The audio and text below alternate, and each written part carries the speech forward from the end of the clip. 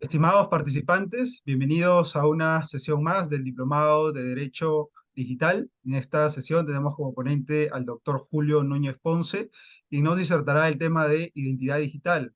El doctor Julio Núñez Ponce es doctor en Derecho y Ciencia Política por la Universidad Nacional Mayor de San Marcos, es magíster en Derecho Empresarial, experto en Derecho de las Nuevas Tecnologías, es vicepresidente de Formación y Desarrollo del Capital Humano de FIADI en el periodo 2022-2025, es profesor de la legislación en medios digitales en la Escuela de Posgrado de la UPC y profesor de tesis 1 en maestría en posgrado de Derecho de la Universidad Nacional Mayor de San Marcos. Asimismo, ha sido autor de los libros como Derecho Informático, Nueva Disciplina para una Sociedad Moderna, Software, Licencia de Uso, Derecho y Empresa, entre otros libros destacados. Doctor Julio Núñez, para Biloyer es un honor tenerlo como ponente en este diplomado de Derecho Digital.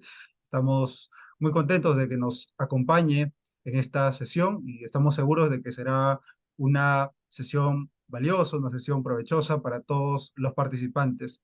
Muchas gracias y le cedo el uso de la palabra, doctor, para que pueda iniciar con su ponencia.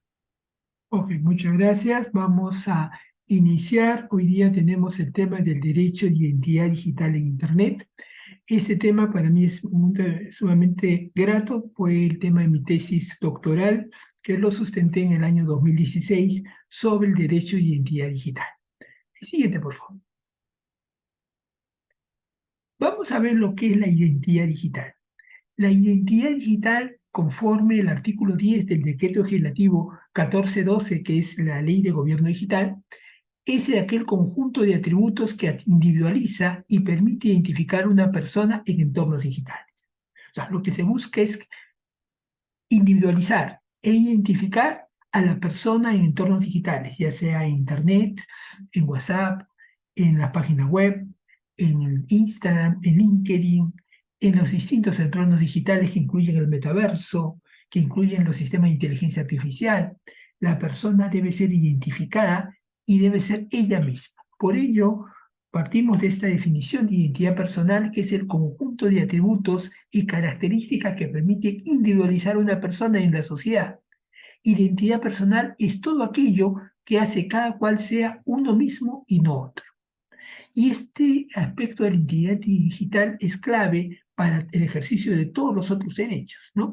Como el derecho a la identidad, el derecho al honor, el derecho a la autodeterminación informativa, el derecho de protección de datos personales, el derecho a poder identificarse en la red, el poder firmar digitalmente, el poder iniciar los procesos de comercio electrónico, de negocios electrónicos, de gobierno digital, de aprendizaje digital, ¿no? Durante la pandemia hemos visto aspectos muy importantes con respecto a la identificación.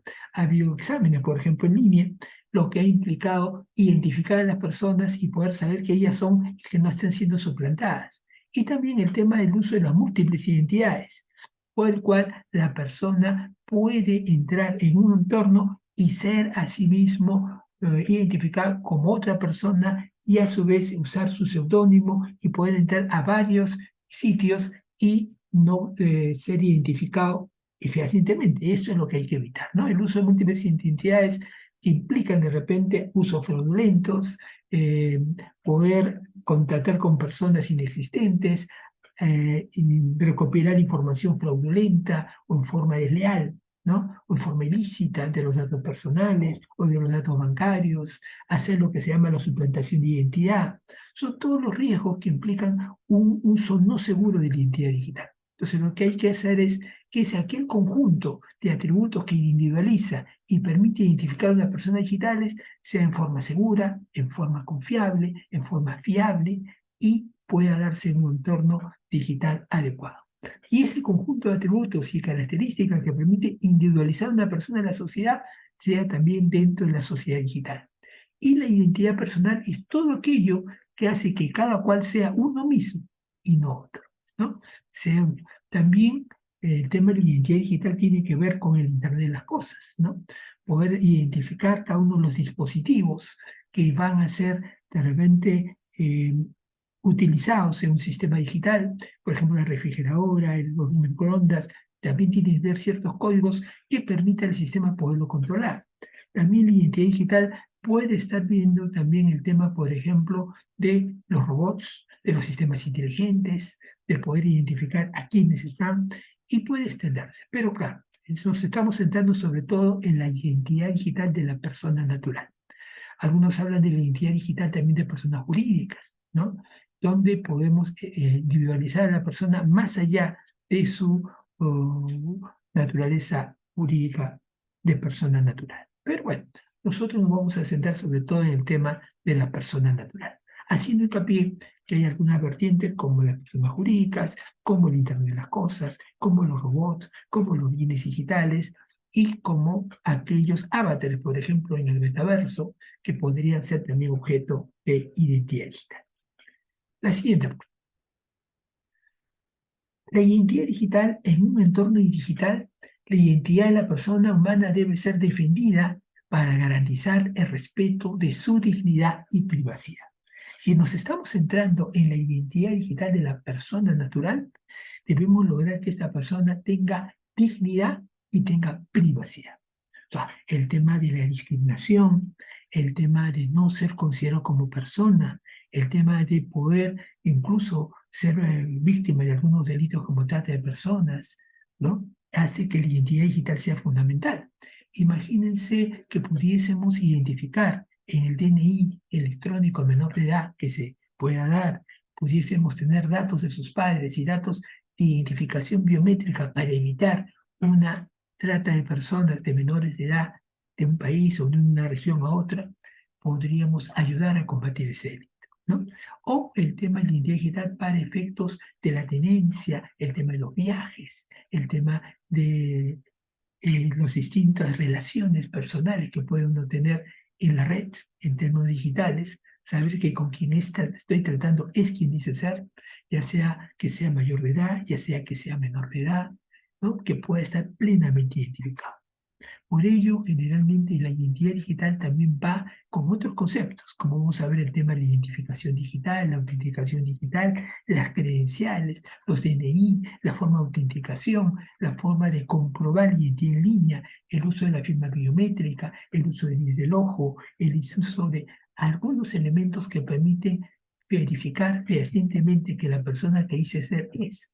Porque yo puedo tratar de proteger sus datos personales, actuar en distintas audiencias judiciales, puedo tener relaciones jurídicas de arbitraje, puedo tener teletrabajo, puedo perseguir a criminales dentro de lo que llamamos delitos informáticos, pero lo fundamental es comprobar la identidad. Quien estoy persiguiendo sea la persona que dice ser y que no está siendo suplantado ni está siendo reemplazado por, ¿no? De ahí la importancia de la identidad digital. La identidad de la persona humana debe ser defendida para garantizar el respeto de su dignidad y privacidad.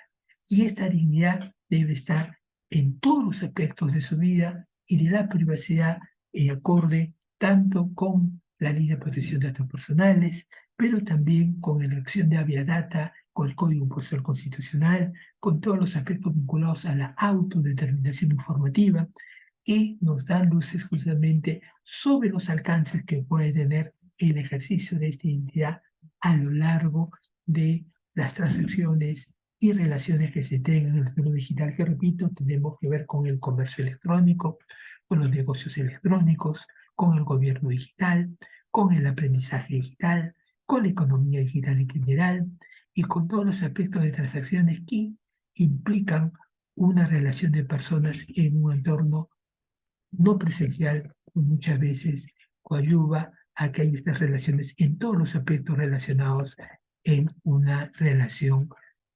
comercial, en una relación educativa, personal, incluso amical, ¿no? Durante la pandemia veíamos incluso los cumpleaños, las reuniones de trabajo, las relaciones entre personas que se hacían por medios digitales, las plataformas digitales como Zoom, implicaban un uso constante en reuniones sociales, y esto ha sido que la identidad digital sea un elemento esencial para lograr que efectivamente con quien me estoy relacionando es quien dice ser. Podría ser la imagen incluso de repente clonada, podría ser de repente la imagen de alguien que no es quien dice ser. Entonces, es muy importante. Cuando veamos también, por ejemplo, el tema del metaverso, En el metaverso es muy importante la identidad digital, tanto de la persona titular como de su avatar, que le permita eh, probar fehacientemente que es la persona que dice ser. En un proceso judicial virtual, las partes tienen que ser plenamente identificadas, ¿no? Por ejemplo, en Colombia se ha hecho una simulación de proceso judicial utilizando avatares que representaban a las personas partes de un proceso. Eso suponía poder identificarlas plenamente y saber que eran las que dicen ser y que no están siendo suplantadas. Es con la identidad digital que garantizamos por ello tanto la protección de datos, el uso de la firma digital, el comercio electrónico, el aprendizaje digital, los negocios digitales, la relación con la administración pública a través del gobierno digital, los procesos de transformación digital y la consecución de la confianza digital que asegure tanto la protección de datos, la protección del consumidor, la ética, la seguridad digital, que incluye también la ciberdefensa, la ciberinteligencia, la persecución de los delitos informáticos y otros aspectos relacionados como la seguridad de la información. Todo esto está relacionado dentro de este tema que llamamos identidad digital y que nos permite ver lo fundamental que es en los espacios virtuales garantizar que las personas son los que dicen ser. ¿Sí? La siguiente pregunta. Y esto me lleva a un caso del año 2004, ¿no? Es un caso que fue muy sonado, que lo analicé en mi tesis doctoral, que es el caso Mario Vargas Llosa sobre nombres de OMPI. El Centro de Arbitraje y Mediación de la OMPI, que es la Organización Mundial de la Propiedad Intelectual en español, WIPO en inglés, en el caso 2004-0956, recibe la demanda por correo electrónico asesorado por el estudio Jersey del doctor Mario Vargas Llosa, nuestro premio Nobel de Literatura, solicitando la transferencia del dominio mariovargasllosa.org, cuya titularidad era el Centro Cultural Mario Vargas Llosa, con sede en Estados Unidos, en la Florida, ¿no? O sea, este Centro Cultural Mario Vargas Llosa organizaba concursos literarios y los ganadores de concursos literarios les publicaba sus obras, pero les cobraba. O sea, tenía ánimo de lucro. Entonces Mario Vargas Llosa veía afectada su imagen frente a un sitio paralelo que estaba utilizando su nombre y se hacía pasar para los demás como si él fuera, y no siendo él. Su identidad digital estaba siendo usada por una persona jurídica que era un centro cultural Mario Vargas Llosa, que tenía su sede, repito, en la Florida, en Estados Unidos. Entonces, él señala y lo argumenta que Mario Vargas Llosa, que él tiene gran prestigio nacional e internacional. Era pocos años antes de que le otorguen el Premio Nobel de Literatura, y por lo tanto tenía desde La Ciudad de los Perros, de La Casa Verde, de La Fiesta del Chivo, de El Pez en el Agua, y cuántas otras obras que he escrito, tenía justamente relevancia a nivel mundial, a nivel global. Por ello, una página web que dijese su nombre, mariovargasllosa.org, frente a la que él tenía titular en ese momento, que era mariovargasllosa.com, ¿no? Y si uno entraba a la página vargasllosa.com, estaban sus fotos, estaban sus obras. Y si uno entraba a mariovargasllosa.org, era el Centro Cultural Iberoamericano Mario Vargas Llosa, que era gestionado por otra persona distinta a Mario Vargas Llosa y que generaba ingresos con ánimo de lucro basándose en los concursos literarios que organizaba y que hacía pagar a los ganadores para su publicación.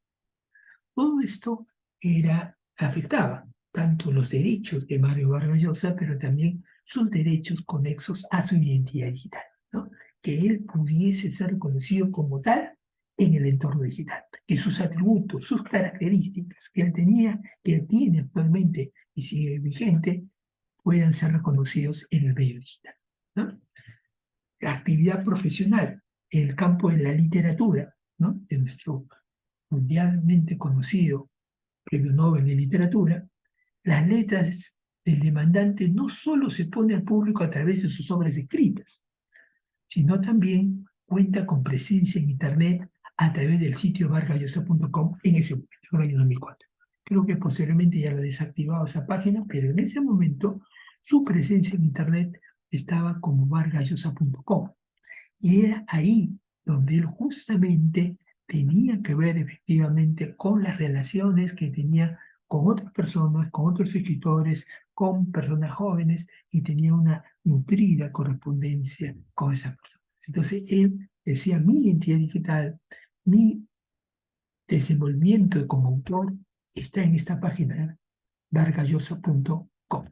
Y sin embargo, hay otra página, mariavargallosa.org, es de otra persona, con otros fines, pero que las personas confunden, como si fuese yo quien estuviese organizando estos concursos literarios. Esa fue entonces la preocupación de Mario Vargallosa, que su identidad digital estaba siendo usada indebidamente, que estaba siendo suplantada, que estaba haciendo uso de su prestigio para obtener beneficios económicos que él no compartía y no quería seguir que se vaya prolongando en el tiempo, ¿no? Entonces, por ello, él inició, asesorado por el estudio Jersey, esta demanda en el año 2004, ¿no? Cuando él tenía su nombre de dominio vargallosa.com y coexistía el nombre de dominio mariovargallosa.org en dos páginas web distintas, con ubicación diferente y que coexistían dentro de Internet, ¿no? Él sustentaba que si bien no había registrado el nombre Mario Vargas Llosa como una marca de servicios o productos, había abundante jurisprudencia del Centro de Mediación y Arbitraje de la OMPI, de Organización Mundial de la Propiedad Intelectual, y reconocía por su notoriedad que su nombre tenía la característica de una marca de hecho. Casos como Julia Roberts, que también había sido objeto de una página web donde utilizaban su nombre por otras personas que habían ciberocupado sus rasgos de su identidad digital y habían sido aprovechados, hizo que el Centro de Arbitraje de la OMPI pudiese señalar que en estos casos había una marca de hecho. En la jurisprudencia que se analiza, y la analizo en mi tesis doctoral, se nota y se relaciona, por ejemplo, con el derecho de autor, con los derechos morales y derechos patrimoniales que tiene el autor. Y en el derecho moral que establece, la norma señala que son derechos inherentes al autor, por ejemplo, el derecho de paternidad, que su nombre aparezca en cada una de sus obras y que ese derecho sea perpetuo, inalienable, imprescriptible e irrenunciable, diferente a los derechos patrimoniales que son los que permiten el disfrute económico. Y todos estos derechos vinculados a la identidad digital de Mario Vargas Llosa en el entorno digital. Y es allí donde podemos hablar que se defiende la identidad digital de Mario Vargas Llosa en Internet, ¿no? Y como fallo del centro de arbitraje en la transferencia, o sea, le quitan la titularidad al Centro Cultural Iberoamericano Vargas Llosa de vargallosa.org y se lo dan a Mario Vargas Llosa para que lo pueda utilizar a través de su nombre de dominio vargallosa.com. Org es organización, com es comercio, ¿no? Entonces, este caso tuvo especial relevancia para analizar el aspecto sustancial de un uso indebido de la identidad digital en Internet, que podía confundir a los consumidores, que podía confundir a los escritores, a los lectores, a la sociedad en su conjunto. Y ese caso creo que fue trascendente para ver la importancia y relevancia de la identidad digital en todos los aspectos de la vida, ¿no? Que incluyen incluso situaciones muy importantes en nuestra vida. Quería también mencionarles brevemente, por ejemplo, en la tesis doctoral, nosotros señalamos aspectos muy concretos con respecto al derecho de identidad digital. Derecho de identidad digital, señalamos, y quería mencionarles estos aspectos vinculados,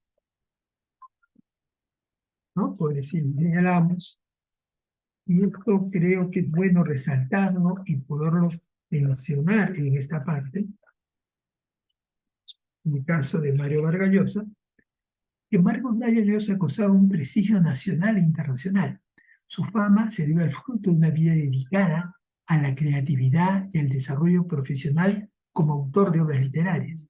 Como consecuencia, cuenta con una vasta lista de galardones y premios que han sido otorgados a su persona y a su obra por varias instituciones de renombre, tanto en el Perú como en el ámbito internacional.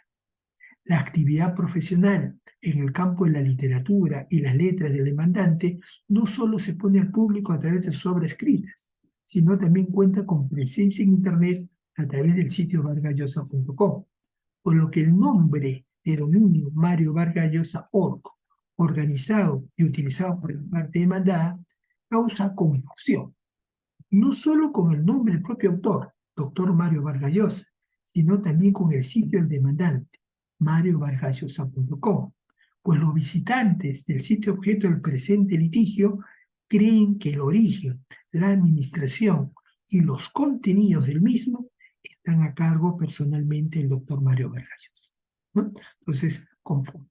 Y esa confusión implica, yo creo que quien dice ser mariovargallosa.org es nuestro escritor, y es un centro cultural, es una persona jurídica que tiene ánimo de lucro. Y entonces causa confusión entre las personas cuando navegan en esa página. El nombre civil de demandante Mario Vargas Llosa no ha sido registrado como marca. No obstante lo anterior, la demandante aclara que los nombres propios o civiles o de los autores y de distintas personalidades del mundo artístico como Julia Roberts, de la política, de la cultura y de otras esferas han sido reconocidas como marcas de hecho, por lo que ha sido aplicable la política uniforme de solución de conflictos de la OMP y las UDRP famosas de la Organización Mundial de la Propiedad Intelectual. El demandante apunta a varios de los casos que han sido resueltos por los expertos del Centro de Arbitraje y Mediación de la Organización Mundial de la Propiedad Intelectual, en las que el nombre propio civil de una persona ha obtenido una especial protección.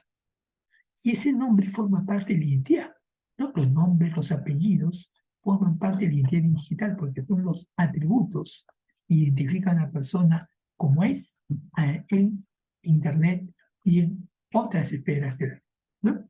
Por lo que el nombre propio de una persona obtenido en una especial protección y argumenta que debido a su especial fama y mundialmente conocida obra del autor, el nombre Mario Vargas Llosa también debería tener la misma protección que la marca de hecho. Y esta marca de hecho, que se tuvo en temas de nombre de dominio, se protege sobre todo la identidad digital. La identidad digital única y se sanciona, en lo posible, la suplantación de identidad o el uso indebido de identidad o de múltiples identidades con fines de menoscabar el prestigio y la imagen que tiene la persona frente a los otros ciudadanos. El demandado, o sea, el Centro Cultural Iberoamericano Vargas Llosa, no tiene derechos ni intereses legítimos en el nombre de dominio mariovargallosa.org, ya que el doctor Mario Vargas Llosa no tiene relación alguna con el demandado, más que las varias solicitudes que ha efectuado para recuperar el nombre de dominio mariovargallosa.org e incluye en su demanda las comunicaciones que el demandante solicita al demandado que se abstenga de usar el dominio antes señalado. El demandado ha venido obteniendo ingresos. O sea, fíjense, el Centro Cultural Iberoamericano Mario Vargas Llosa usaba el nombre Mario Vargas Llosa para iniciar, ha obtenido ingresos con el uso de dominio de presidente de procedimiento mediante la venta de banners, publicidad y uso comercial. O sea, utilizaba banners, publicidad, usando el nombre de Mario Vargas Llosa, que hace que el sitio mariovargallosa.org. Por tanto, afirma que el registro de dominio y su utilización por parte del demandado ha sido y está siendo de mala fe, ¿no? Lo hace intencionalmente para ganar dinero a costa de la identidad digital y del prestigio de Mario Vargas Llosa. Según lo expuesto por el propio demandante en su demanda, el demandado utilizando ha venido atrayendo con ánimo de lucro a los usuarios de Internet. Y es ese ánimo de lucro lo que ha hecho que muchas de las labores que se realizan dentro de este aspecto sean señalados en esta demanda. Que el registro y uso del nombre de dominio y su utilización por parte del demandado no solo es de mala fe por parte del demandante, sino que causa un serio perjuicio a la imagen y prestigio del demandante. O sea, la imagen y el prestigio, pero son atributos inherentes a la persona, a los nombres, a la identidad digital de Mario Vargas Llosa. Y es ajeno a aquellas actividades que se llevan a cabo en ese sitio. En apoyo a su demanda, la parte demandada aportó las pruebas documentales con las que se fundamenta los hechos expuestos. El demandado contestó la demanda afirmando que el Instituto Cultural Iberoamericano Mario Vargas Llosa es una entidad sin fines de lucro que tiene autorización directa, verbal e implícita del escritor Mario Vargas Llosa para utilizar su nombre y por ende para registrar y utilizar el nombre de dominio mariovargasllosa.org. El panel aplica el caso de la política y afirma: el tratamiento jurídico de la marca que se le han atribuido nombres propios a personalidades o personajes del mundo de las artes, la cultura, la música y la política, y establece que si es aplicable a Mario Vargas Llosa este tipo de protección por su prestigio y actividad literaria. O sea, el Centro Cultural dice que ha habido un consentimiento implícito verbal, pero no pueden mostrar pruebas de un consentimiento fehaciente, ¿no? Asimismo, el panel, para resolver el caso, afirma: el nombre propio del demandante es a su vez el nombre que lo identifica como autor de obras literarias, y en Internet es su identidad digital, en el ejercicio del derecho de autor, concretamente el derecho moral de paternidad de la obra de Mario Vargas Llosa, que cumple las siguientes funciones: identificador de origen de la obra literaria. Y como es un identificador, tiene que ver con los atributos inherentes a la identidad digital. Nombre del autor como elemento de distinción. Es él y no otro. Debido a estas consideraciones y probar que el demandante utilizó y registró el dominio en nombre de mala fe, el panel decide que el nombre de dominio mariovargasllosa.org es idéntico al nombre del demandante, ¿no? O sea, mariovargasllosa.org, mariovargasllosa.com. Y Mario Vargas Llosa es idéntico a la identidad digital de Mario Vargas Llosa, nuestro escritor premio Nobel de Literatura. Entonces concluye que el nombre de dominio mariovargasllosa.org es idéntico al nombre del demandante, el que es ampliamente conocido como Mario Vargas Llosa. Que este nombre constituye una marca de hecho en la que es el titular el demandante. Que el demandante no probó tener un interés legítimo en el nombre de dominio y que el registro y uso del mismo se ha llevado a cabo de mala fe. Y por lo tanto hubo una ciberocupación y por eso el panel decretó que se le cancelase el nombre de dominio mariovargasllosa.org al Centro Cultural Iberoamericano Mario Vargas Llosa y se le diese a nuestro escritor Mario Vargas Llosa. Este caso, que ya va desde el año 2004, vemos la trascendencia y relevancia que ha habido para la aplicación práctica del respeto y defensa de la identidad digital en Internet, ¿no? Cómo efectivamente tiene que respetarse los derechos y no atentar contra la imagen ni contra el prestigio de una persona usando sus nombres y apellidos, creando confusión dentro de Internet. Si esto después lo vemos en casos posteriores, vamos a ver que muchas de esas páginas que utilizan los nombres en forma indebida han sido poco a poco siendo transferidos a sus legítimos titulares que tienen legítimo interés. Y se ha podido probar la mala fe, ¿no? Pero esto nos demuestra entonces la importancia de la identidad digital. Ahora, con el uso de WhatsApp, con el uso de la inteligencia artificial, con el metaverso, con los nuevos multiversos que están viendo, la identidad digital sigue teniendo un peso fundamental en el derecho digital. Bien, la siguiente cosa. Ahora, para completar los términos vinculados a la identidad digital, hay que reconocer tanto la identificación digital y la autenticación digital. ¿Qué es la identificación digital? La identificación digital es el procedimiento de reconocimiento de una persona como distinto de otras. O sea, nosotros vamos a reconocer a una persona como distinta de otras en el entorno digital. Entonces vamos a saber que esa persona, Mario Vargas Llosa, es distinto al Centro Cultural Iberoamericano Mario Vargas Llosa. Y por lo tanto no debe confundirse que la persona es la que dice ser. O que Pedro Martín Quirós es distinto a su homónimo, Pedro Martín Quirós, que tienen edades distintas, nacieron en ciudades distintas, tienen un DNI distinto, pero se llaman y apellidan igual. El caso del homonimio. Entonces, ¿cómo a través de la identificación digital podemos reconocer a una persona como distinta de otra? Podremos utilizar el tema de la autenticación digital. La autenticación digital es el procedimiento de verificación de la identidad digital de una persona. ¿Y cómo podemos verificar? Por ejemplo, a través de sus huellas digitales, a través de la biometría, a través del iris del ojo, de la biometría facial, de las técnicas que permiten autenticar, o sea, verificar que esa persona ya identificada de su identidad digital, que está ya en el registro, por ejemplo, de la partida de nacimiento, que tiene el RELPUIN, el registro único de personas naturales, puede pasarse. Ahora, la identidad digital podría aplicarse en extensión de repente al Internet de las cosas, ¿no? A las cosas. O también al caso de los avatares, ¿no? El caso del metaverso. Pero esta exposición y mi tesis me centré sobre todo en el tema de la identidad digital de las personas naturales como elemento fundamental para poder ejercer otros derechos, ¿no? Entonces, la identificación digital, que es el procedimiento de reconocimiento de la persona como distinta de otros, se da desde el registro de la partida de nacimiento, desde el registro de la partida de matrimonio, del acta de función, en el caso que la persona que ha fallecido pueda ser identificada como tal, desde la emisión del documento nacional de identidad, de la licencia de conducir, del carnet del seguro social, ¿no? Y aquellos documentos que acreditan la identidad de la persona.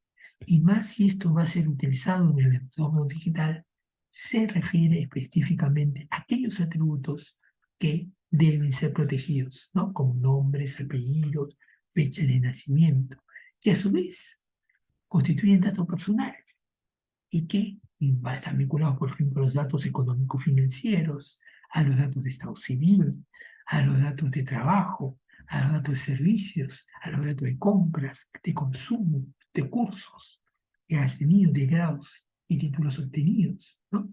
Entonces, la identificación permite reconocer una persona como distinta a otros en el entorno digital y reconocer su identidad digital y aún por más que se trate de homonimia o de uso indebido de sus nombres y apellidos, poderlo diferenciar y que la persona sea distinguida y pueda ejercer sus derechos inherentes a él, ¿no? Entonces, de ahí la importancia de la identificación digital. El otro concepto es la autenticación digital. Una vez que la persona tiene identidad digital, está identificado.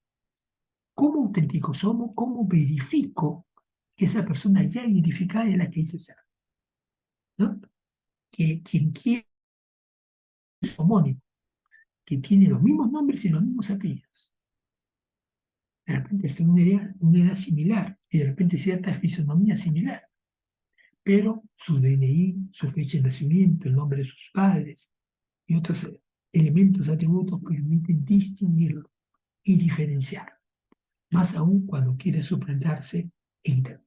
Y más aún, ahora con los sistemas de inteligencia artificial, yo puedo reproducir la voz de la persona. Puedo incluso sus imágenes hacer decir lo que no dice, ¿no? Veía sistemas, por ejemplo, que hacían decir a comentaristas y narradores de televisión frases que ellos no habían dicho. Incluso hacían publicidad, ¿no? Y les hacían repetir a través de los sistemas de inteligencia artificial esos aspectos. Entonces, ¿cómo preservamos la identidad digital, la identificación, la autenticación digital en los casos de uso de los sistemas de inteligencia artificial? Se me pasaron una serie de videos, por ejemplo, que veían a personajes muy conocidos en la televisión peruana que estaban haciendo publicidad de productos que ellos no habían autorizado y lo hacían sus imágenes dadas en movimiento con sistemas de inteligencia artificial, ¿no? También cabe señalar, por ejemplo, el caso sonado en un colegio muy conocido, ¿no?, de menores de edad, donde tomaron el rostro de la persona y cuerpos de otras personas en forma desnuda y empezaron a comercializar esas imágenes, siendo menores de edad.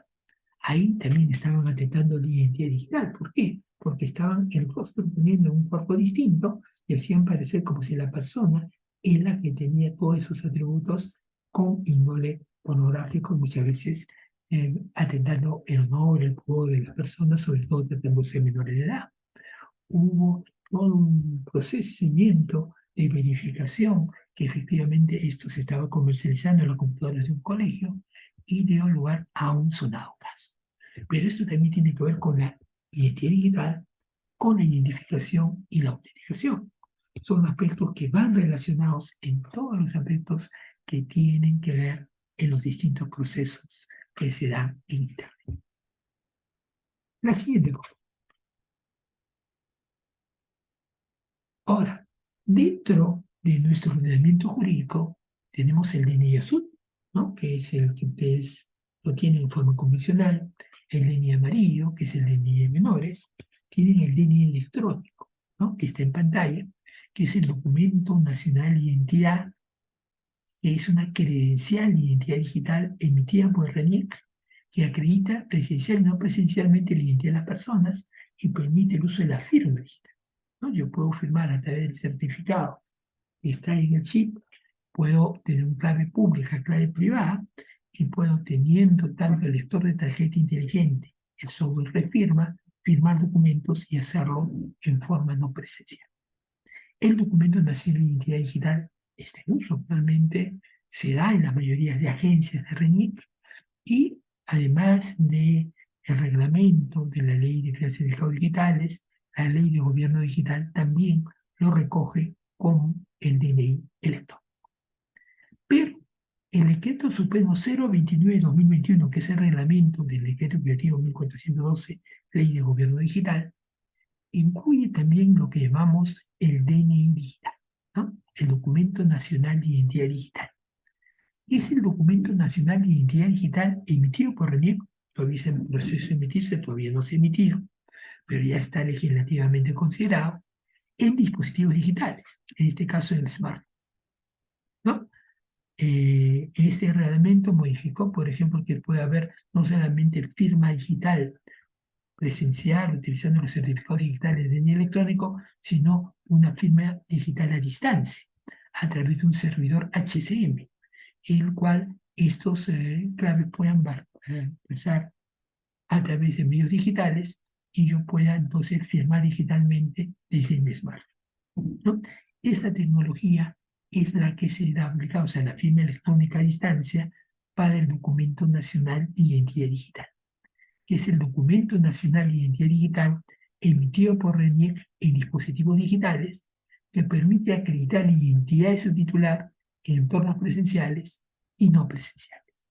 Y es este aspecto clave, ¿no?, que nosotros podemos analizar en todos aquellos aspectos que van a ser necesarios para lo que hemos estado hablando: la identidad digital, la identificación digital, la autenticación digital en general, y en todos los procesos complementarios, como el comercio electrónico, los negocios electrónicos, el gobierno digital y el aprendizaje digital.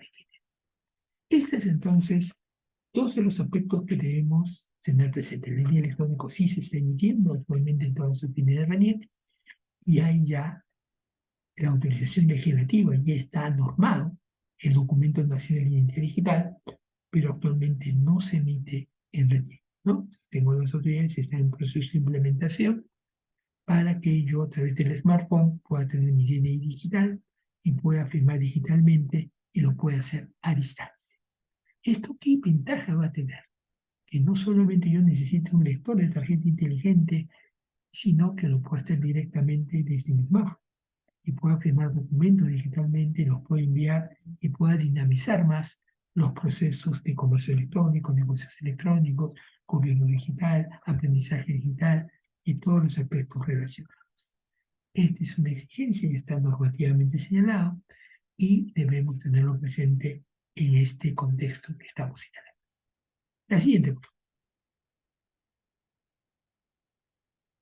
Y esto nos lleva al tema del derecho digital y la identidad digital, ¿no? Por ejemplo, en la imagen estamos viendo cómo la persona está, el niño está con su smartphone y podemos ir alguien viendo esos datos y tenemos que ver el tema de la protección de datos personales. Uno de los primeros temas entonces que podemos relacionar en el tema de identidad digital es la protección de datos personales, ¿no? Y la protección de datos personales implica artículo segundo, inciso sexto de la Constitución Política del Perú, señala que toda persona tiene derecho a que los servicios informáticos computarizados o no suministren información que atente contra la intimidad personal y familiar. Y en reiterada jurisprudencia del Tribunal Constitucional y también en la exposición de motivos de la Ley de Protección de Datos Personales, se dice que en el artículo constitucional también está el derecho de autodeterminación informativa, libertad informática o protección de datos.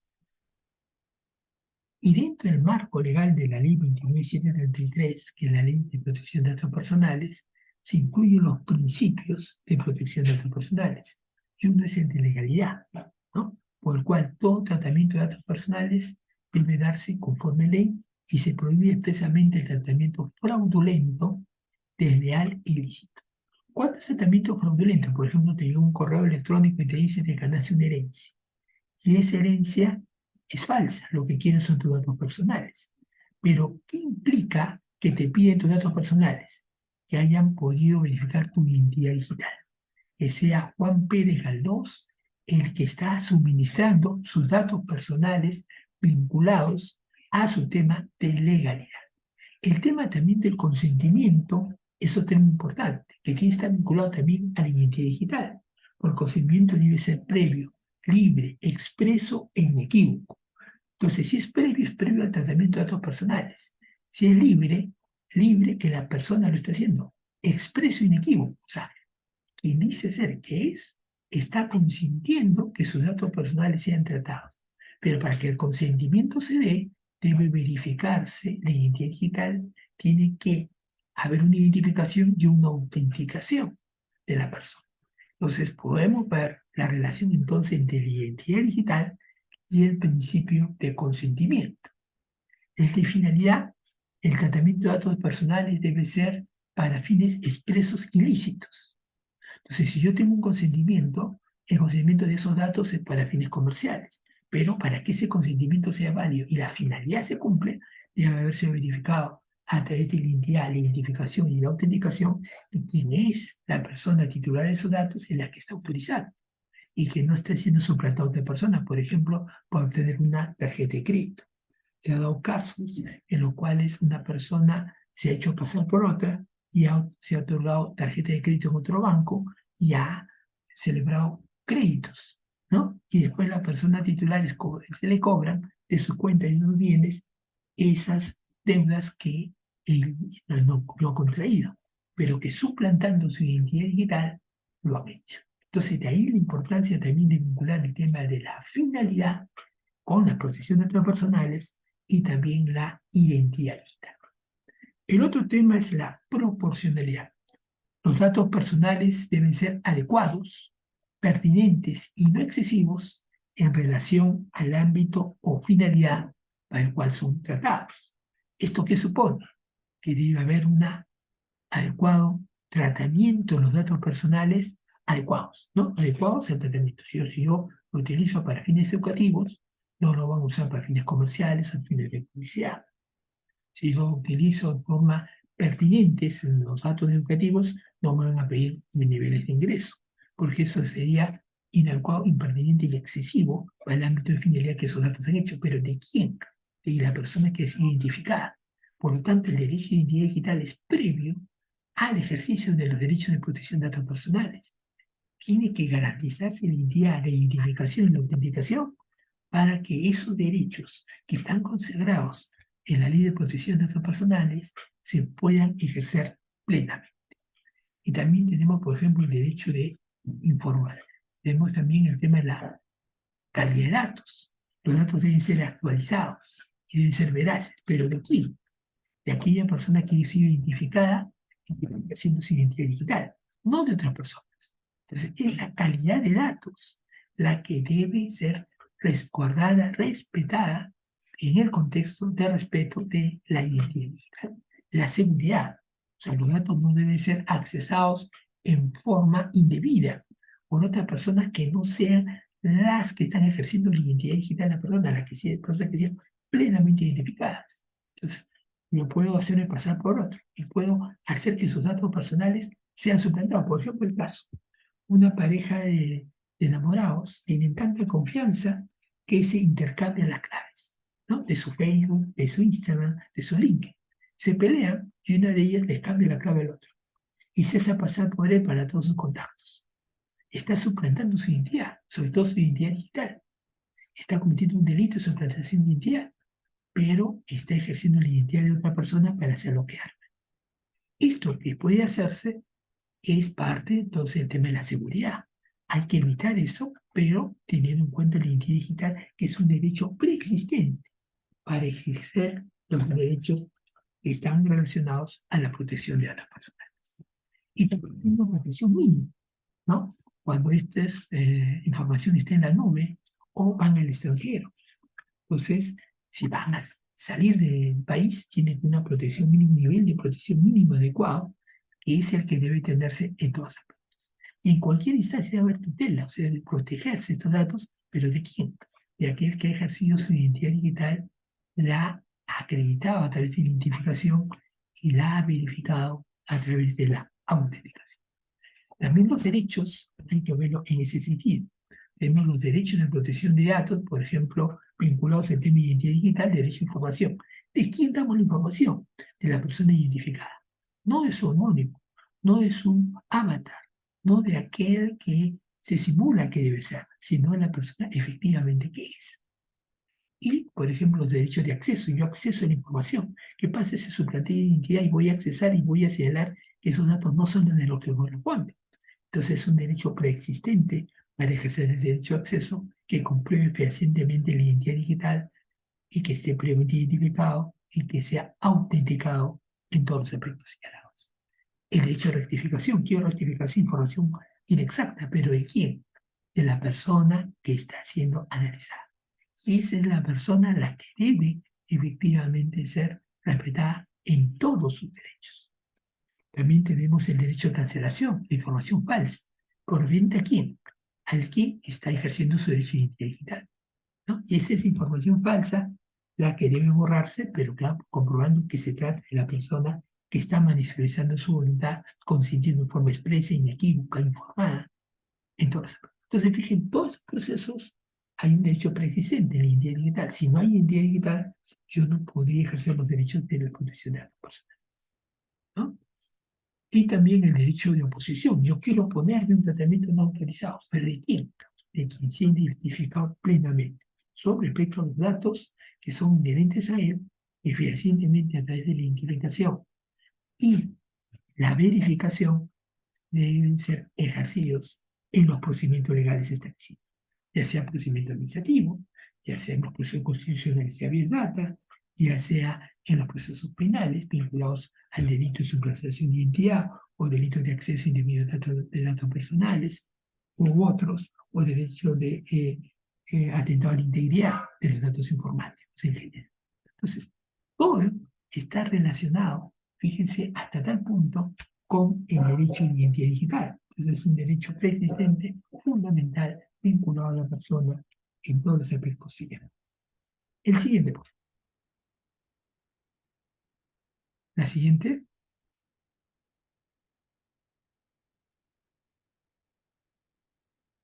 Tenemos también el derecho de identidad digital, el derecho digital y la identidad digital vinculado a las firmas y certificados digitales. Las firmas y certificados digitales es una especie de firma electrónica, que a su vez tenemos la firma electrónica simple, ¿no? Que es simplemente la persona a que pone un signo. La firma electrónica avanzada, que implica si hay cierto control, que la persona tiene control sobre la firma que está haciendo, y la firma electrónica cualificada, que es propiamente la firma digital, ¿no? que está respaldado por un certificado digital con una clave pública y una clave privada. Pero me ha señalado un concepto que me parece importante señalar de la ley 27269, que es la ley de firmas y certificados digitales. La definición que dan de certificado digital, que es el documento electrónico generado y firmado digitalmente por una entidad de certificación, la cual vincula un par de claves con una persona determinada confirmando su identidad. Entonces, ¿por qué esa firma es válida en Internet, la firma digital, y te sustituye a la firma manuscrita para todos sus efectos legales? Por el principio de equivalencia funcional y porque efectivamente la firma digital comprueba la identidad y comprueba la identidad digital en todos sus aspectos. O sea, esto es otro tema muy relacionado con el tema de la identidad digital. O sea, yo estoy firmando, ¿por qué? Porque he sido comprobado mi identidad en forma fehaciente. Y a través del certificado digital, de la clave pública, la clave privada, la planta de certificación, de todos los aspectos vinculados, yo puedo comprobar que esa persona es la que dice ser. Cuando yo trabajaba en la gerencia de registro de certificación digital hace varios años, casi por 7 años también, teníamos una serie de aspectos legales vinculados justamente al uso de las firmas digitales, a la firma digital en contratos, al uso, por ejemplo, del certificado digital en las municipalidades, en gobiernos locales, en los distintos órganos y diferenciar lo que es la firma digital de persona jurídica, de persona natural, ¿no? Y cómo esto podía utilizarse en los distintos servicios del gobierno digital, de los servicios digitales, en la arquitectura digital, en todos los aspectos que implica una modernización, una transformación digital del aparato estatal y del aparato productivo en general y personal. Durante la pandemia fui invitado a dictar conferencias y cursos vinculados a la firma digital. Uno de ellos fue organizado por FUNAFE para todas las empresas en las cuales el Estado tiene participación, ya sea de forma indirecta u otra, y en la cual teníamos distintas actividades y como el Fondo de Vivienda, como el tema de mineras, de empresas comerciales, etcétera, empresas financieras, en los cuales el uso de la firma digital, sobre todo en tiempos de pandemia, donde no podíamos tener el contacto presencial, era fundamental, tanto para darle seguridad jurídica y seguridad técnica.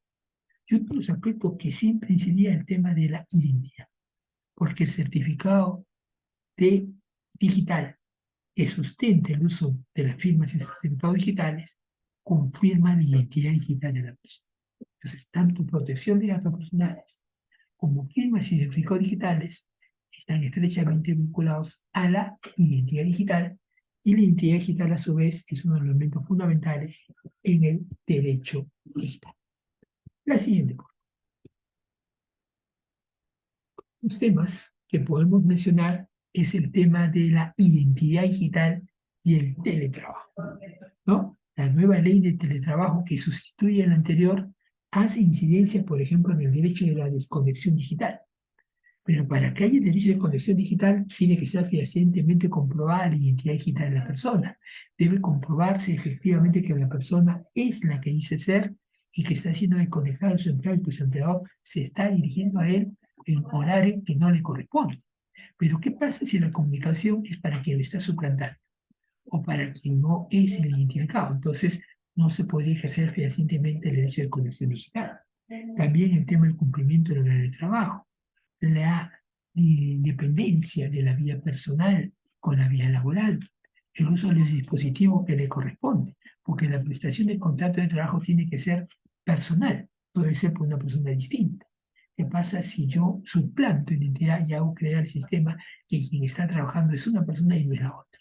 Entonces, allí el tema de la identidad digital es clave, ya sea la verificación por huella digital, por biometría, por cualquier otro aspecto vinculado a los elementos técnicos que garanticen la identificación y la autenticación para que una relación de teletrabajo se dé, sobre todo cuando esto sea de repente en otro país, o sea en otra región, o sea a distancia, o sea remotamente.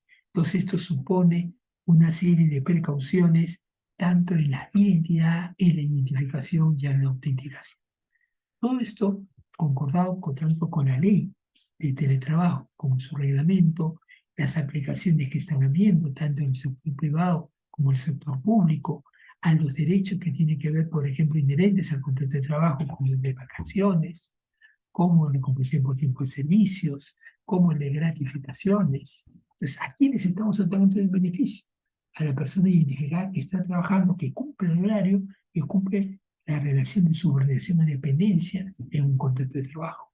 Pero esto se va a dar siempre que se haya comprobado la identidad digital, la identificación y la autenticación digital en todos los aspectos señalados. Esto entonces tiene que ver la identidad digital y el teletrabajo en general. Otro de los aspectos es el de la identidad digital y los delitos informáticos. En la identidad digital y delitos informáticos tenemos que identificar quién está haciendo, por ejemplo, el delito de acceso ilícito, quién está entrando en forma indebida, vulnerando sistemas de seguridad a un sistema. Puede ser la propia persona, podría ser un robot, podría ser un sistema inteligente, podría ser un avatar. Entonces podríamos identificar quién está cometiendo o desde quién voluntad humana maneja esos dispositivos para accesar indebidamente una página web vulnerando los sistemas de seguridad. O accede a niveles más allá de los autorizados. O sea, vulnera los privilegios de acceso y lo hace a través del delito de acceso ilícito. También podríamos ver el tema del delito de atentado a la integridad de datos informáticos. O sea, ¿quién está atentando? ¿Quién está cambiando, por ejemplo, los datos que hay en la SAT, el Servicio de Administración Tributaria de las Municipalidades, para borrar las multas que tiene una persona determinada? Hay que verificar primero el autor, hay que ver a quién beneficia, y el tema de la identidad digital también es importante si se hace por medios digitales. El delito, por ejemplo, de atentado a los sistemas informáticos. ¿Quién está haciendo que el sistema no funcione? ¿Desde qué dirección IP? ¿Desde qué computadora? ¿Cuál es la identidad digital que identifica a la persona que está vulnerando los sistemas? El delito, por ejemplo, de abuso de dispositivos que permiten, por ejemplo, clonar tarjetas de crédito, clonar tarjetas de débito, usar distintos esquemas, distintos medios tecnológicos. Hay que también quién lo está usando, para quién lo está beneficiando, cuál es la identidad cuando se hace en medios digitales, y también está fuertemente vinculado a la identidad digital. El delito de suplantación de identidad, ¿no?, que está tipificado en esta ley de delitos informáticos y que justamente también señala este aspecto fundamental de la identidad digital. ¿Por qué? Porque tenemos que aquí está suplantando y aquí está dando un perjuicio moral, económico, patrimonial, ¿no?, que permite aplicar esta figura delictiva. El delito de fraude informático, la clonación de páginas web, la clonación de tarjetas de débito, el beneficio económico que se hace en el delito de fraude, la interceptación de datos informáticos, el intercepto de datos de quién está identificado digitalmente, ¿no? Y así los distintos delitos que están en el delito informático y en la Convención de Budapest, que es la Convención de Cibercriminalidad, que además de los aspectos sustantivos del aspecto procesal, que implica también la conservación de la evidencia digital, pero vinculado a la identidad digital tanto del presunto autor, de las víctimas y de quienes están siendo afectados en los bienes jurídicos protegidos establecidos en el ordenamiento jurídico penal. Entonces, ahí también hay vinculación entre la identidad digital y los delitos informáticos. Otro aspecto que podemos ver de vinculación dentro de ese marco del derecho digital es la identidad digital y la votación electrónica, sobre todo la votación electrónica no presencial. Yo me acuerdo que en algunos ejercicios del Colegio de Abogados hace varios años se hizo la votación electrónica no presencial. Tenemos un código de verificación de tu smartphone para ver que tú eras quien dices ser. O sea, tenías tu identidad digital, tenías tu identificación y tenías tu autenticación. Y recién con ese código de verificación podías votar electrónicamente, ¿no? En países como Brasil, el tema de la votación electrónica es fundamental. O sea, todo está automatizado, pero las personas tienen que ser identificadas plenamente. Quien está acudiendo es quien dice ser, tanto en la votación electrónica presencial como en la votación electrónica no presencial. Hay países donde uno puede votar por internet, pero claro, verifican, autentican, identifican a la persona que está votando para evitar la suplantación de identidad o la doble votación o que una persona vote por otra. En este contexto, por ejemplo, la votación electrónica, estamos cercanos a las elecciones argentinas, donde va a ser muy importante la identificación de la persona, la identificación digital, cuando se utilicen medios de conteo, para ver que efectivamente la persona es la que ha votado, ¿no? Y que sus datos que aparecen de forma digital son los que corresponden a su votación. Tenemos también el tema del gobierno digital, ¿no? Todo el tema de la transformación digital, la confianza digital, los servicios digitales, la interoperabilidad de los servicios, donde está centrado el ciudadano digital, tiene vinculado a la identidad digital como un elemento clave. Por eso uno de los capítulos de la ley de gobierno digital es identidad digital, ¿no? Donde se distingue todo lo que es la identidad digital, de la identificación digital, de la autenticación y de la inclusión digital, de que todas las personas estén incluidos en los distintos servicios digitales. Pero ¿cómo identifico? A través de mi identidad digital. Por ejemplo, hay programas que pueden usarse a nivel de gobierno donde yo puedo, a través de los satélites, el sistema de inteligencia artificial, ver a quienes efectivamente necesitan la ayuda, por ejemplo, en Huayco del Norte. A quién se le cayó la casa y a quién debería destinar los recursos necesarios para que reconstruya su casa. Pero para ello tengo que saber los datos de la persona, lo puedo hacer con el curso con RENIEC, con el registro registro de personas naturales, puedo ver efectivamente con los registros del inmueble que ha sido siniestreado y tratar de reconstruirlo, pero beneficiar. Para ello, los registros de identidad digital van a servir para cotejar las acciones que se hagan para ayudar a poblaciones específicas, ya sea en comunidades campesinas, en comunidades amazónicas. Por ello, la persona que no está registrada, que no está en RENIEC, no va a existir para el Estado y por lo tanto no va a ser objeto de estos beneficios. Y ahí la necesidad que todos tengan su documento nacional de identidad, ya sea el documento nacional de identidad el azul, el amarillo si es menor de edad, el DNI electrónico o el documento nacional de identidad digital cuando esté en el smartphone, ¿no? Entonces todo eso forma parte entonces de la identidad digital y el gobierno digital. También el gobierno digital implica una mayor eficiencia en el uso de los recursos, en el tema de los gobiernos regionales, en los gobiernos locales, en los contratistas, en los procesos de contratación pública, donde deben identificarse a la persona que está haciendo posturas en el sistema electrónico de contratación del Estado, el SEACE. Entonces, donde hay que verificar la identidad, ¿no? Tanto a través de la identificación, de la autenticación, de la inclusión digital, de todas las personas que forman parte de la ley de contratación del Estado. Y es en la ley de contratación del Estado donde deben establecerse los lineamientos necesarios para asegurar el cumplimiento de las normas, de los principios y todos aspectos relacionados a esto. Otro de los temas que podemos señalar es el tema de la identidad digital y de la república. En el tema del notario, por ejemplo, la ley de notariado permite que el notario pueda ser pública utilizando las firmas y certificados digitales. En el sistema automatizado contra la SUNAT, ¿no? El tema de intermediación digital de la SUNAT, con su firma digital permite el registro, la constitución de empresas en línea, el tema de los poderes, ¿no? Y para ello se necesita fehacientemente comprobar la identidad digital del notario. Y el notario entonces puede dar fe pública en medios digitales. Veremos que las modificaciones digitales permitan en un futuro próximo incluso hablar de una escritura pública digital que dinamice el mercado inmobiliario y que el identidad digital va a ser un elemento sustancial para todo el tema de dación de fe pública, sobre todo en el tema de notario. Tratando el tema de las microformas, los procesos de micrograbación, para, por ejemplo, los papeles, los documentos en papel, poderlos escanearlos y convertirlos en imágenes inalterables, o documentos electrónicos alterables como el Word, Excel o página web se convierten en documentos inalterables. Pero es que se cumplirán los requisitos técnicos, que los equipos garanticen la seguridad técnica, pero también la seguridad jurídica, donde el fedatario juramentado por expresión informática, que debe ser abogado o notario de fe pública.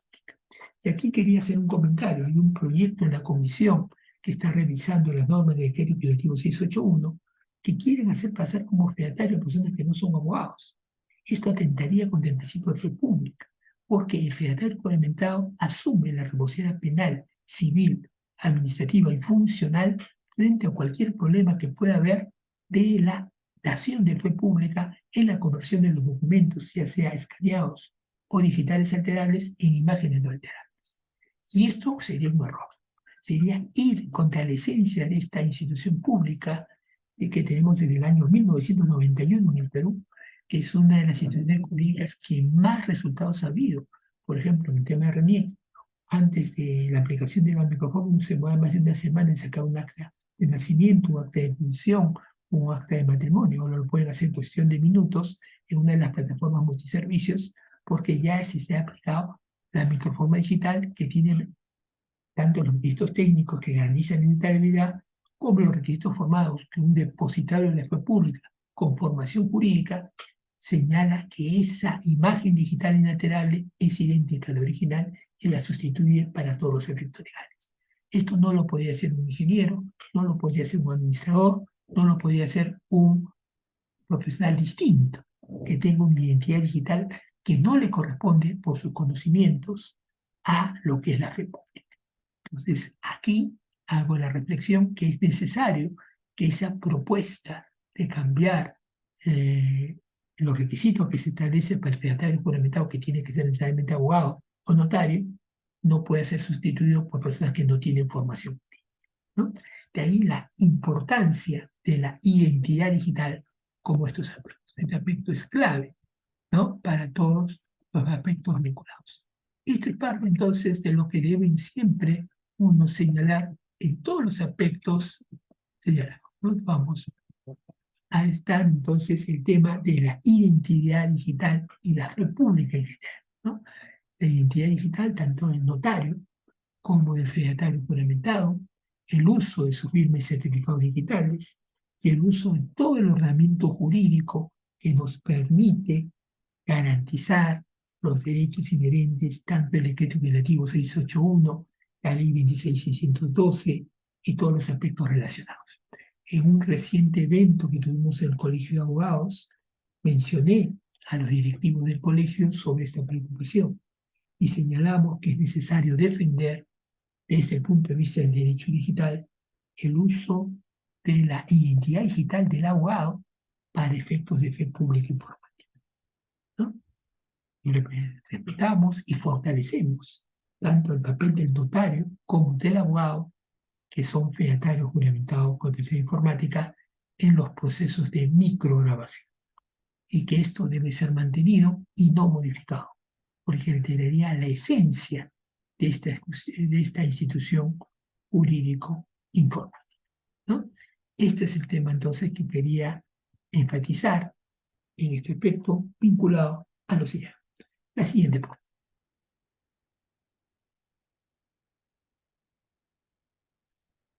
Y hay otro tema que quería tocar, el tema de la reciente ley sobre inteligencia artificial, relacionar la identidad digital con la ley 31.814, que es la ley que promueve el uso de la inteligencia artificial para el desarrollo económico y social.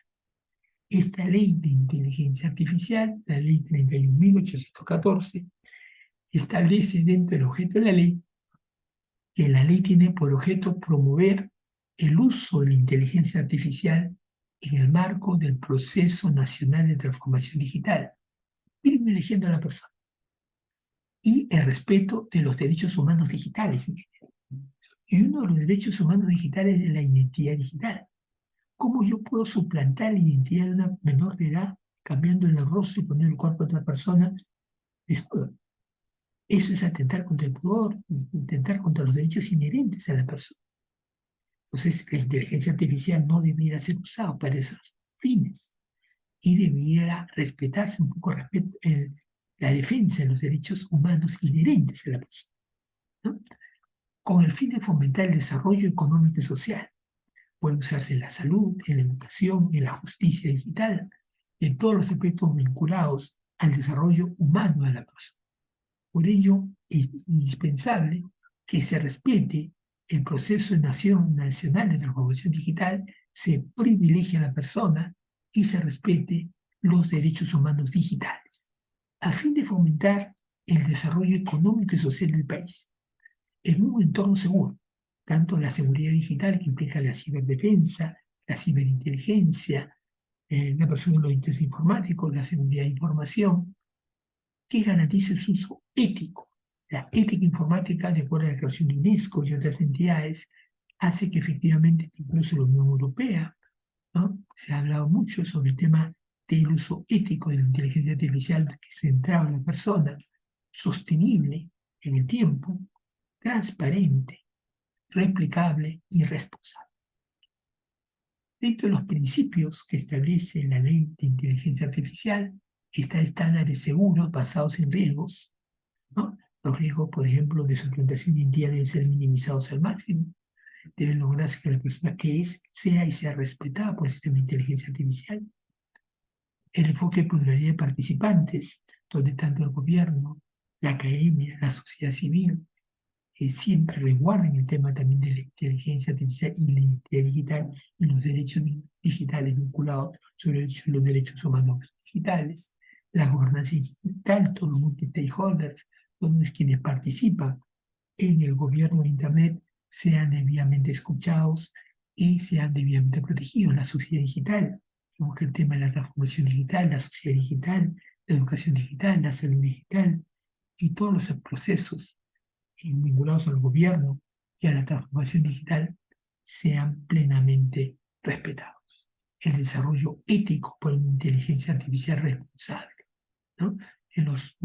Por ejemplo, los automóviles no tripulados por sistemas inteligentes que tengan una adecuada identidad digital que pueda identificar a quién está manejando, quién cometió un daño para que después asuma la responsabilidad. Y el tema de la privacidad de la inteligencia artificial, el respeto a los derechos de autor, a los derechos de protección de datos personales, a los derechos inherentes a la persona consagrados en la Constitución y que deben hacerse en todos los aspectos señalados. La siguiente, por favor.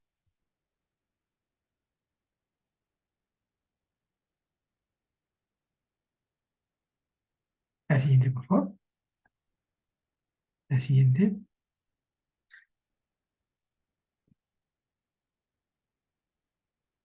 Vamos de la ley 31.814,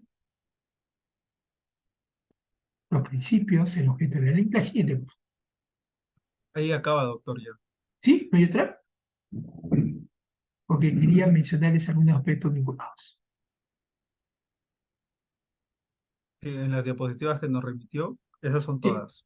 ese es todo. Ok, listo. Continuamos entonces. Quería mencionarles también el uso muy concreto del tema de la inteligencia artificial en general, de la identidad digital en todos los aspectos. Invitarlos también a mi fanpage, es Dr. Julio Núñez Ponce, Núñez Abogado Digital, dentro de Facebook, donde estoy actualizando constantemente la información para poder informar sobre publicaciones, eventos, noticias, comentarios que puedan ser de utilidad, ¿no? Si ustedes buscan doctor Julio Núñez Ponce o abogado Núñez, digital, Núñez Abogado Digital, me van a encontrar y van a poder me gusta y poder estar conectados en todos aspectos vinculados a la identidad digital y otros aspectos. También desde FIADI, la Federación Iberoamericana de Asociaciones de Derecho Informática, en su página web fiadi.org, ustedes pueden tener información sobre los eventos que se van realizando. El último ha sido en Villavicencio, Colombia, del 1 al 3 de noviembre, donde expusimos sobre los principios de la ley de inteligencia artificial, ¿no? Esperemos que también sean conocidos por ustedes y puedan ser. Y otro aspecto que pusimos dentro de esta ponencia, el tema de la fe pública, ¿no? Tanto del notario como del abogado fedatario juramentado sea respetado en el proyecto de modificación del decreto legislativo 68. Esto creo que es de especial relevancia y espero que pueda ser tomado en cuenta en este posición. Bueno, con esto entonces estaríamos terminando. Estamos abiertos a cualquier pregunta, comentario u otro que tuviesen bien realizado.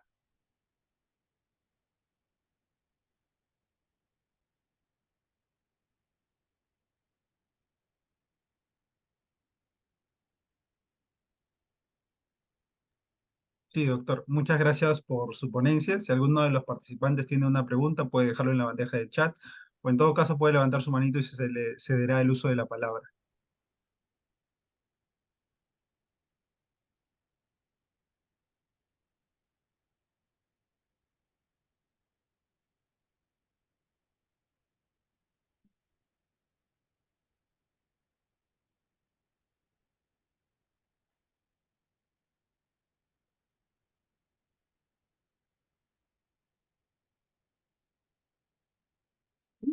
Cruz, levantando la mano.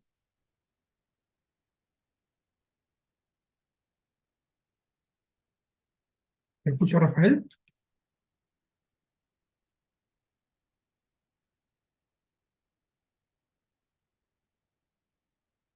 El tema de integrar un código es un proyecto de ley general de Internet.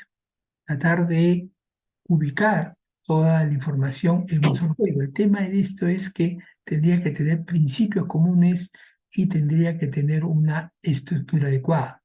Creo que por el momento la cantidad de normas que existen recuerdan los derechos desde principios específicos. Por ejemplo, la ley de inteligencia artificial tiene principios para todo lo que es la inteligencia artificial. La ley de protección de datos establece principios vinculados a la protección de datos. El tema del código de protección al consumidor para el consumidor, pero también dentro del Consejo de Comercio Electrónico. Yo creo que el que existan normas, siempre que tengan coherencia, creo que van a tener mayor efectividad que hacerlo en un solo código, con los problemas que hubo en el proyecto que se presentó en el Congreso de la Ley General de Internet. ¿Alguna otra pregunta?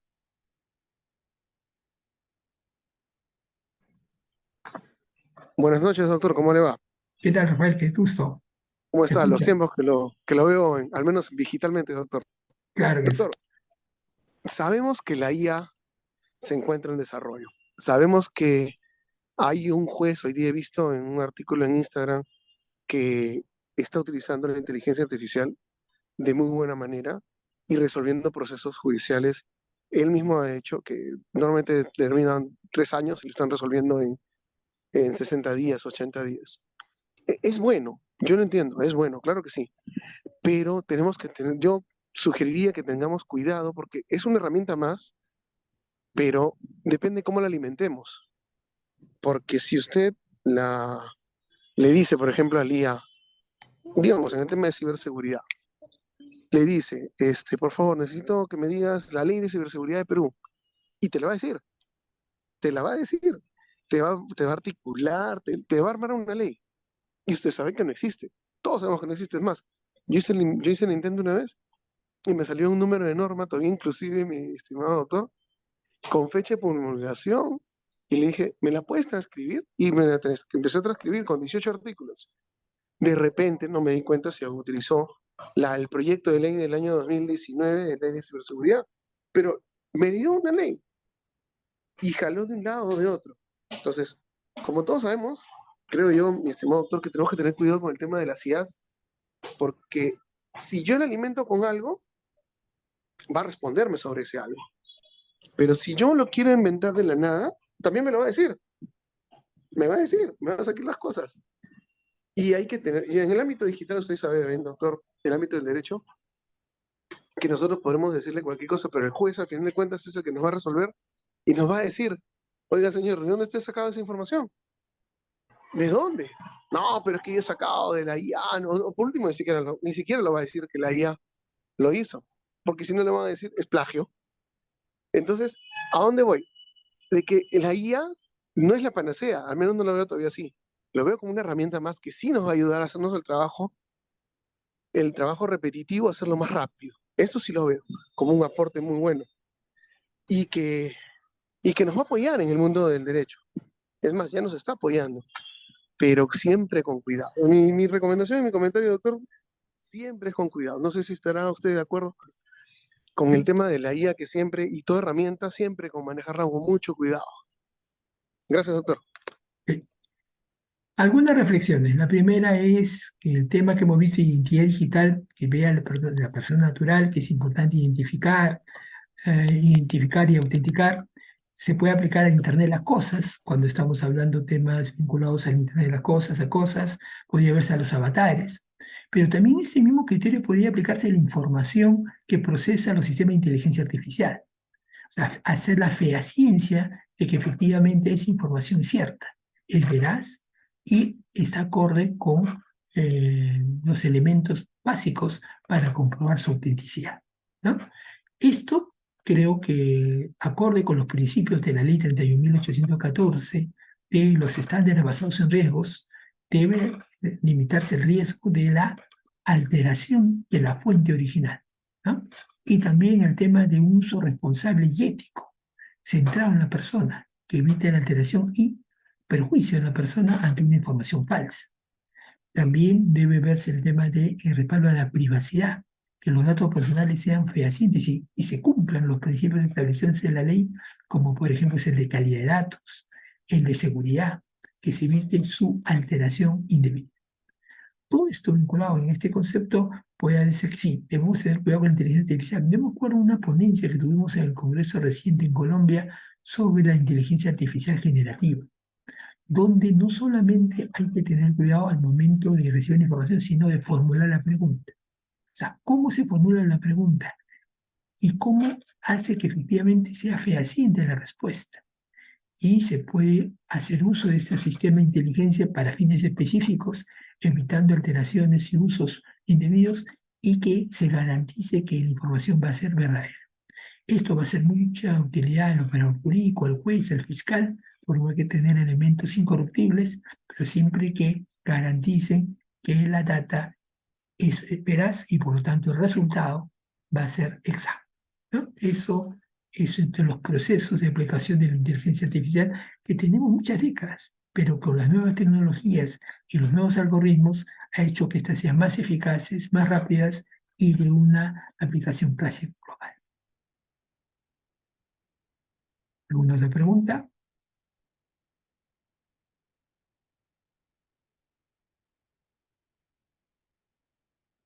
Sí, doctor, hay una pregunta en la bandeja del chat eh, A ver, de, de Nicole. a ¿De ver, qué forma el abogado debería utilizar la IA en el campo profesional? Y si hay alguna ley que impida su uso de esta forma. ya. Acuérdense que lo que existe actualmente son los principios y la ley, ¿no? La ley 30.814. Entonces, los riesgos. Debe evitarse cualquier riesgo que vaya contra la persona. Y los riesgos implican información falsa, información con datos inexactos, no corroborada en su función. Por ejemplo, en la pregunta que me hacían, una ley que no existe no puede hacerse pasar como que existe, ¿no? Tiene que ser verificada con la publicación en el peruano y su fecha de vigencia. Todo esto implica corroboración de las fuentes. Y esto está dentro de un uso responsable y ético de la inteligencia artificial. También el respeto a la privacidad de los datos, a que los datos personales respeten la identidad digital de la persona y que si se le atribuye algún delito o una comisión ilícito, sea la persona que dice ser y no otra. Y que pueda asumir su responsabilidad tanto civil, penal, administrativo, funcional. Eso también va vinculado al tema de la inteligencia artificial en el sector salud, para operaciones u otras donde responsables deben ser los médicos, que verifiquen que se está usando correctamente el sistema de inteligencia artificial para salvar vidas. También en el caso de la justicia digital, hay sistemas que permiten, por ejemplo, establecer las penas más justas a un reo o un procesado. Y esto supone que los sistemas de inteligencia artificial cumplan principios éticos, que haya imparcialidad y que sean de cuestiones técnicas.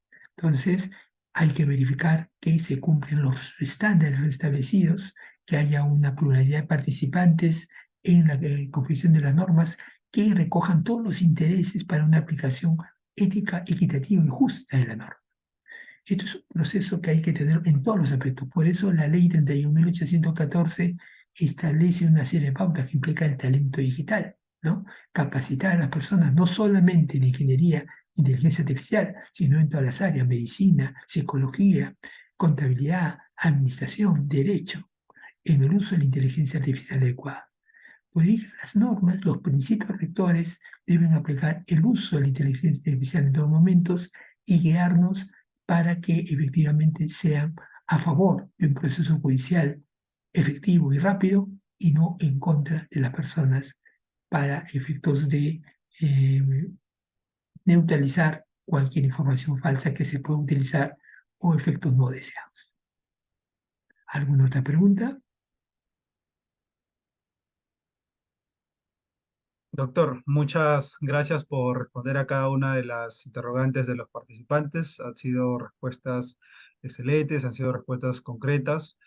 Comparto las opiniones de los participantes. Gracias, ha sido una ponencia excelente. Gracias por compartir su conocimiento, su tiempo con nosotros, doctor. Esperamos seguir contando con su participación en futuros eventos académicos. Para Bill siempre será un honor tenerlo como ponente. Muchas gracias, doctor, y que tenga una excelente noche. Bueno, gracias a todos ustedes, también que tengan una excelente noche. Hasta Gracias, doctor. luego.